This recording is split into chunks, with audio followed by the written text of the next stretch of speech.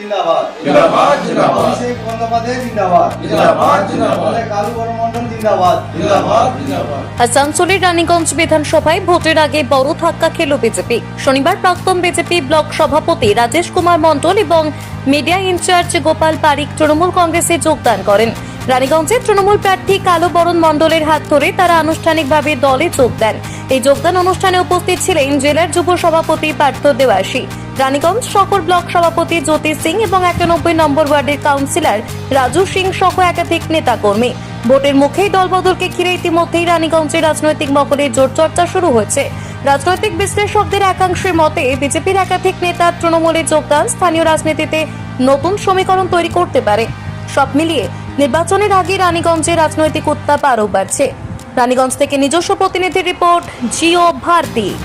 देखिए, हम अटल जी जब प्रधानमंत्री थे तब से भारतीय जनता पार्टी से जुड़े हुए हैं, ठीक ना। लेकिन अभी वर्तमान में जो देखने को मिल रहा है कि ये अटल जी और आडवाणी जी की बीजेपी रही नहीं है।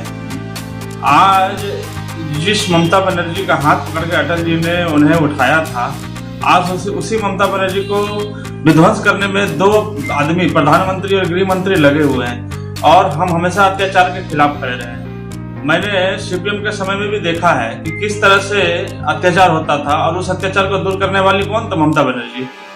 आज कैसे उसके ऊपर ये दोनों आदमी मिलकर इतना अत्याचार करें, एसआईआर का माध्यम हो चाहे किसी भी तरह का मार्फत हो, इलीगल ईडी सीबीआई ये सब भेज के क्या हुआ? कुछ नहीं हुआ, कुछ नहीं हुआ, सिर्फ परेशान करना और जनता के बीच में ये मैसेज देना कि ममता बनर्जी खराब है तो फिर इतना दिन से वो सरकार में कैसे बनी हुई है और आप केंद्र के सरकार में है, कैसे हैं, क्या कर रहे हैं आप इतना दिन से, क्यों नहीं हटा पाए? आज एसआईआर के माध्यम से घुसपैठियों को हटाओ नारा चल रहा है। भैया घुसपैठियों को कहाँ हटाओ? आज बताइए, आज घुसपैठियों के चक्कर में मेरी पत्नी का भी वोटर कार्ड डिलीट हो गया, क्या वो घुसपैठिया है?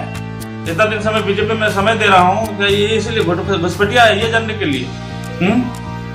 तो इसलिए इस अत्याचार के खिलाफ मैं जरूर खड़ा हूँ और इस बार मैं ममता बनर्जी के साथ हूँ। आपका नाम? राजेश कुमार मंडल, एक्स मंडल प्रेसिडेंट रानीगंज बीजेपी। খুবই ভালো লাগছে।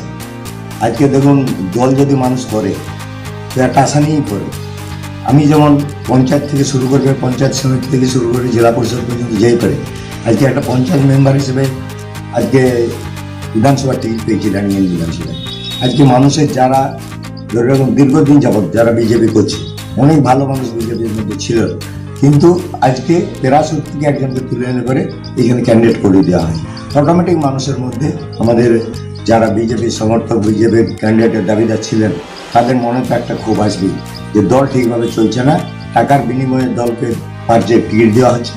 এইটাই প্রমাণ হচ্ছে যে মানুষ আর বিজেপির সঙ্গে নেই, মানুষ আস্তে আস্তে মানে বিপরীতের দিকে, তৃণমূল কংগ্রেসের দিকে ঝুঁকছে।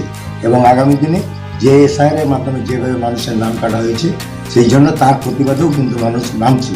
প্রত্যেক বাড়ি থেকে কাটা গেছে, হিন্দু মুসলিম বলে নয়, টার্গেট ছিল মুসলিম দিকে, কিন্তু বেশিরভাগ মানুষ আপনারা দেখতে পাচ্ছেন মিডিয়ার সাহায্যে যে 63% পর্যন্ত মানুষ যারা হিন্দুরা ভোট কাটা গেছে, 34% না 36% এরকম কিছু মানুষের মাইনরিটিদের ভোট কাটা গেছে।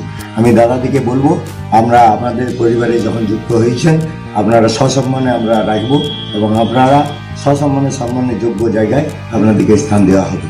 আপনারা দলকে সাহায্য করুন। আমার দলে ভালো কর্মীর দরকার। আমরা দলে যদি একটা ভালো কর্মী থাকে, 10টা খারাপ কর্মীর থেকে 101 কাজ করে তারা। মানুষের মুখ থেকে ভোট হয়। মানুষ যারা মানুষের দায় বিপদে থাকে তাদের সঙ্গেই কিন্তু মানুষ থাকে, কিন্তু যদি ওড়ামি করা হয় সেইখানে কিন্তু মানুষ তার সঙ্গে যায় না। এই জন্য আমি বলবো, বাংলার যে ঐতিহ্য বজায় আছে, বাংলার যেভাবে সংস্কৃতি আছে, বাংলার সংস্কৃতিকে আমরা মান্যতা দিয়ে করে আমরা সেইভাবেই চলবো, যাতে আমার রাজ্য, আমার দেশ আগামী দিনে ঠিক হয়ে থাকে।